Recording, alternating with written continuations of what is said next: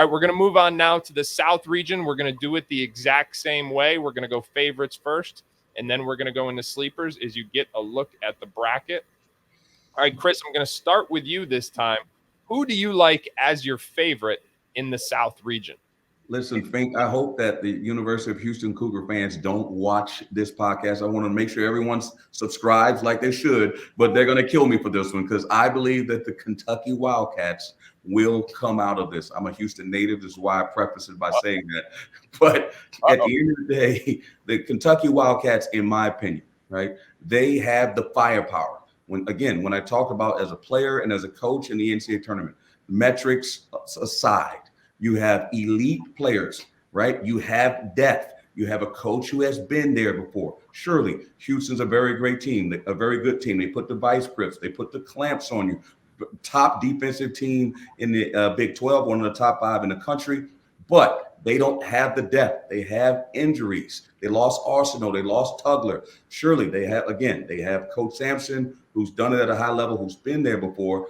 But when you bring Reed Shepherd, and you have, to me, who's one of the best players in the country, and then you have size inside, right? You have Trey Mitchell, who's an anchor, an older player, Antonio Reeves, who's a shot maker, Dillingham, who's a wild card off the bench. The question is, and what reason why I'm picking the Kentucky, and their season started to turn at the end of the year when it looked like defensively that they were going to struggle, maybe mid-SEC, is because freshmen got older.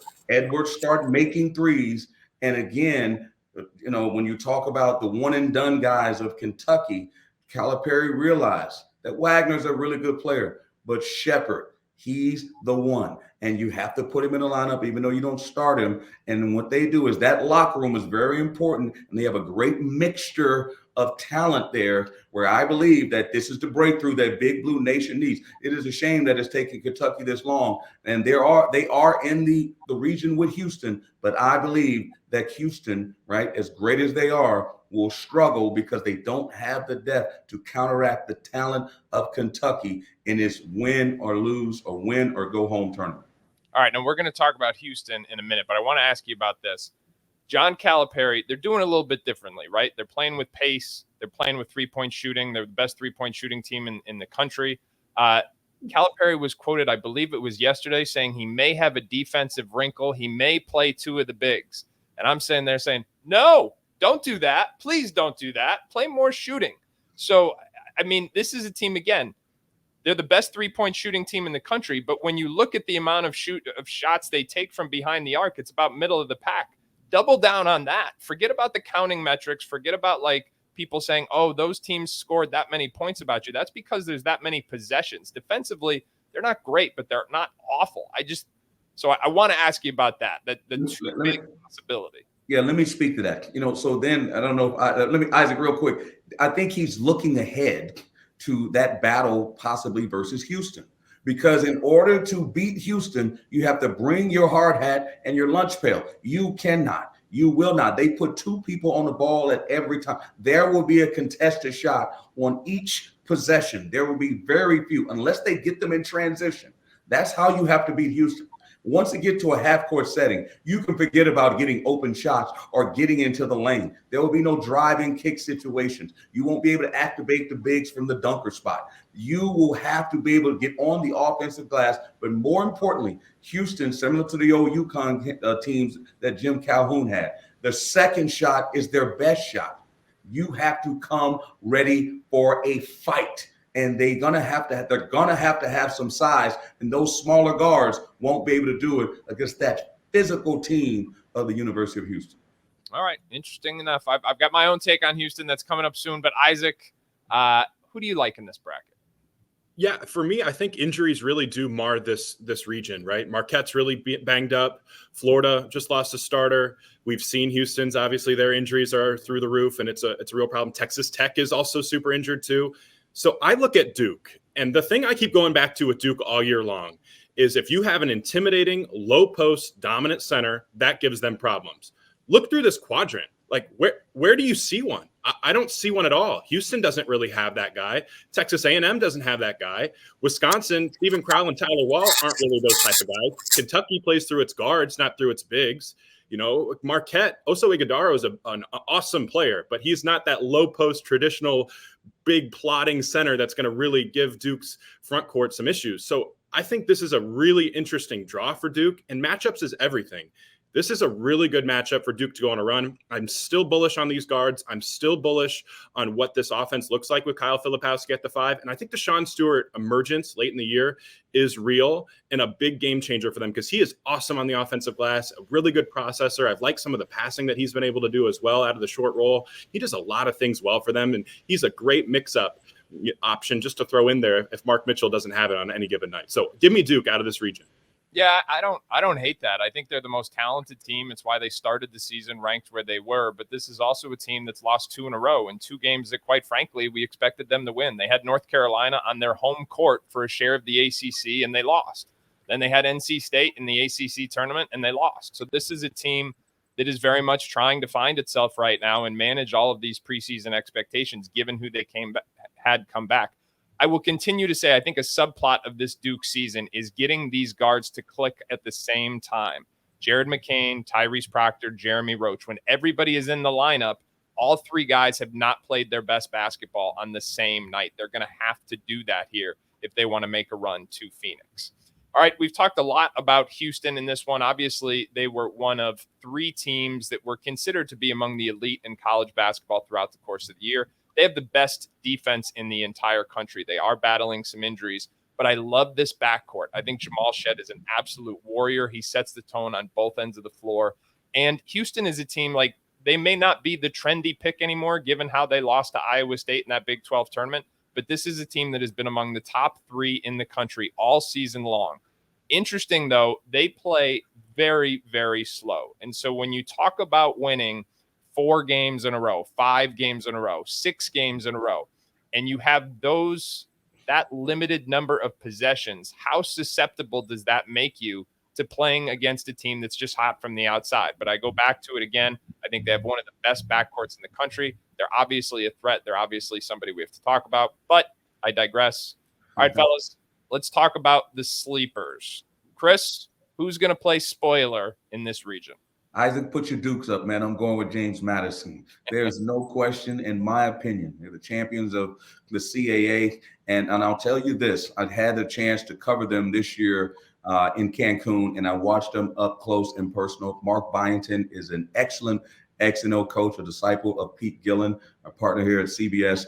And I'm telling you, Terrence Edwards Jr. is good as advertised. He's one of the best guards in the country. Could have put his name in the portal. He chose to stay at James Madison. TJ Bickerstaff is a kid who came from BC, had a decent career there, but he has shined at James Madison. And I'm just telling you, James Madison is one of those teams. They won at the Breslin Center at Michigan State to start the year and had people start thinking, oh, wow, is James Madison the new College of Charleston, where they have a chance, shall I say, maybe to go undefeated, but they did not even win their own league. App State won their league, which shows you how good of a league that league probably could have been. But 30 games is hard to win. I don't care what league you're in. And I'm saying, you mentioned a minute ago about Houston and their playing style. And guys, you got to have, when you play in the NCAA tournament, and I keep telling people this, you got to have people that can make plays. You're going to be scouted. They're going to look at synergy. They're going to look at whatever you think. They're going to know every single play.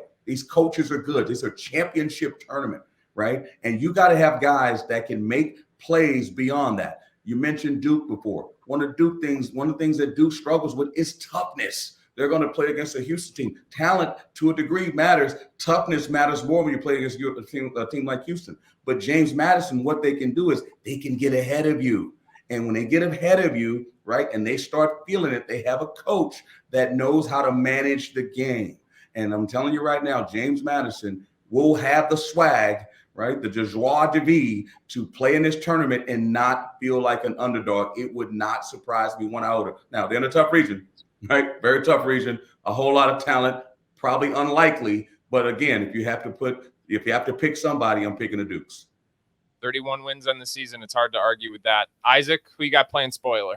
Man, I love that call, Chris. I think they're absolutely beating Wisconsin. Absolutely. Put it in ink. That's what I have of James Madison definitely beating Wisconsin. For me, though, I think the real team here is Florida. That's a terrifying 7 seed. We have seen them play at an elite level. They went into the portal. Todd Golden went into the portal and really crushed it. Tyrese Samuel has been an outstanding addition for them in that front court. They went into the back court. They got Walter Clayton Jr., who was schooled at Iona under Rick Pitino.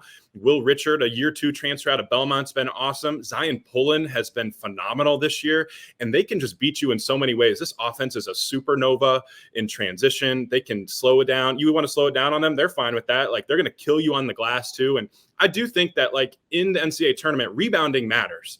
And this is a group that can really get after you on both ends of the glass. You will feel Florida. And they also have guards that can go and really go off. And we still haven't really seen the Riley Kugel show lately, honestly. So it's a very fascinating team with a lot of depth and a lot of size and a lot of great guards. Now, the problem is that Micah Handlockton injury on Sunday against Auburn, devastating, right? Just a devastating injury. Their offense was 10 points per 100 possessions better with Handlockton on the floor, and he's a great rim protector. So it's a big loss, but I think they have the depth, especially with Alex Condon, to make up for it.